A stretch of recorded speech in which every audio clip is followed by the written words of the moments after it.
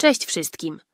W ostatnim materiale odkryliśmy, jak nacjonalizm, potężna idea XIX wieku, stał się iskrą zapalną dla stuleci wojen.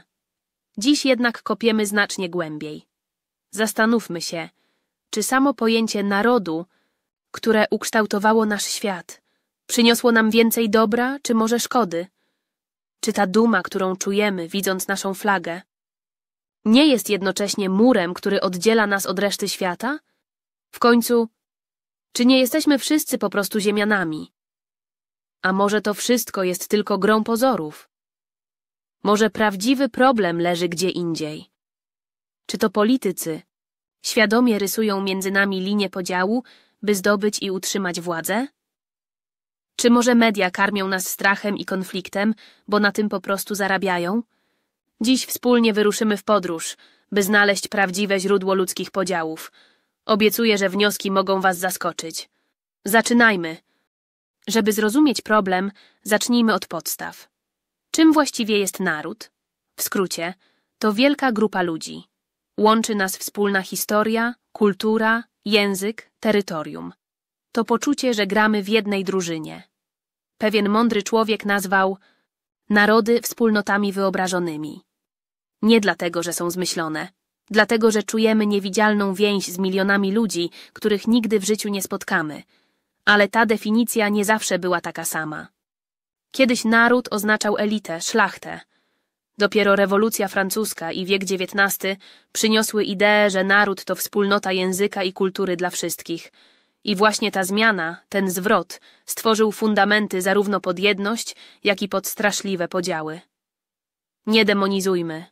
Idea narodu ma ogromną, pozytywną moc.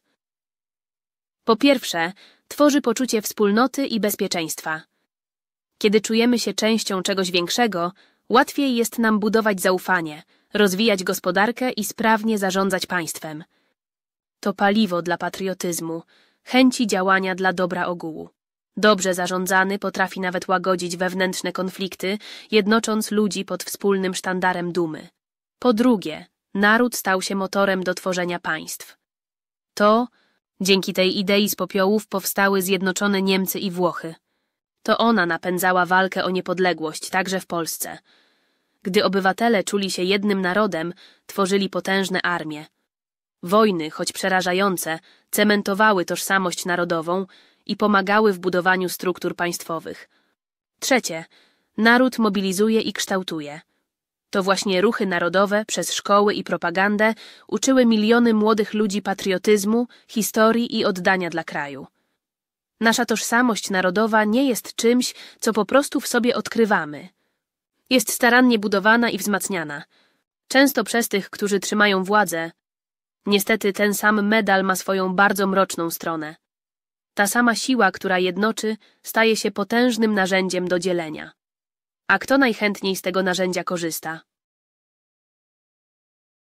Politycy. Mentalność my kontra oni to najprostszy sposób na zdobycie poparcia. Wystarczy wskazać wroga, wewnętrznego lub zewnętrznego, by ludzie w strachu oddali ci władzę. Po I wojnie światowej w Niemczech to właśnie skrajny nacjonalizm, obwiniający niektóre grupy o klęskę, stał się pożywką dla niewyobrażalnego cierpienia i prześladowań. Wyobrażona wspólnota błyskawicznie zamieniła się w wyobrażonego wroga. Skutki znamy wszyscy. A media? Media te linie podziału pogrubiają i kolorują na jaskrawe barwy. Dlaczego? Bo strach, dramat i sensacja sprzedają się najlepiej. Konflikt generuje oglądalność i poczytność. A te zaś generują proporcjonalne zyski. Zamiast łączyć, media często stają się machiną do zarabiania na naszym lęku. To wszystko spotęgowała rewolucja przemysłowa. Dała ona coś strasznego. Nacjonalizm dał ludziom powód, by umierać za kraj. A rewolucja przemysłowa dała im narzędzia, by robić to na masową, niewyobrażalną wcześniej skalę. Nowoczesna broń, pociągi, statki parowe, to połączenie idei i technologii sprawiło, że XIX i XX wiek spłynęły krwią jak żadne inne. Czy jesteśmy gotowi na kolejny krok? W obliczu globalnych wyzwań, zmian klimatu, pandemii, kryzysów ekonomicznych, Idea zamkniętego narodu zaczyna trzeszczeć w szwach. Coraz głośniej mówi się o alternatywach. Pojawia się tożsamość ludzi Ziemi. Idea prosta, a zarazem rewolucyjna. Wszyscy jesteśmy załogą tego samego statku kosmicznego. Nasze przetrwanie zależy od współpracy, a nie od tego, po której stronie granicy się urodziliśmy. Inni nazywają to kosmopolityzmem, byciem obywatelem świata. To postawienie uniwersalnych wartości, takich jak wolność, równość i prawa człowieka, ponad narodową przynależnością. To świadomość, że sztuczne granice na mapie często służą tylko pogłębianiu nierówności. Globalizacja już to robi. Państwa tracą kontrolę. Muszą mierzyć się z siłami, które są poza ich zasięgiem, globalnym kapitałem, zmianami klimatu, przepływem informacji. To zmusza nas do zadania sobie fundamentalnego pytania o to, kim jesteśmy i jak chcemy się rządzić. Historia narodu jest więc historią o dwóch twarzach.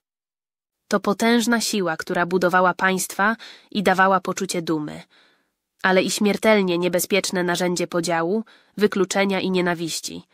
Sam w sobie naród nie jest ani dobry, ani zły. Jest jak młotek. Można nim zbudować dom albo rozbić komuś głowę. Wszystko zależy od tego, kto go trzyma i w jakim celu go używa. I tu dochodzimy do ostatecznej konkluzji. A co, jeśli problemem nie jest sam naród, ale system, który go wykorzystuje? System oparty na nieustannej rywalizacji, w którym pieniądz jest celem i miarą wszystkiego. Politycy walczą o władzę, bo władza to dostęp do gigantycznych pieniędzy. Media podsycają konflikty, bo to napędza ich model biznesowy. Cały ten mechanizm oparty na zysku tworzy sztuczne bariery i promuje walkę zamiast współpracy.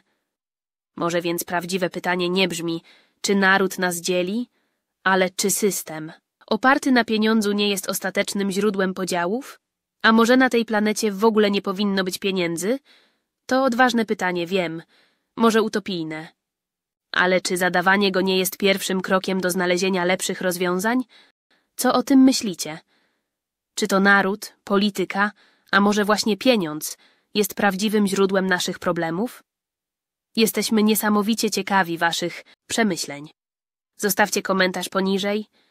I oczywiście, jeśli ten film dał wam do myślenia, nie zapomnijcie go polubić i zasubskrybować po więcej ciekawych treści. Do zobaczenia.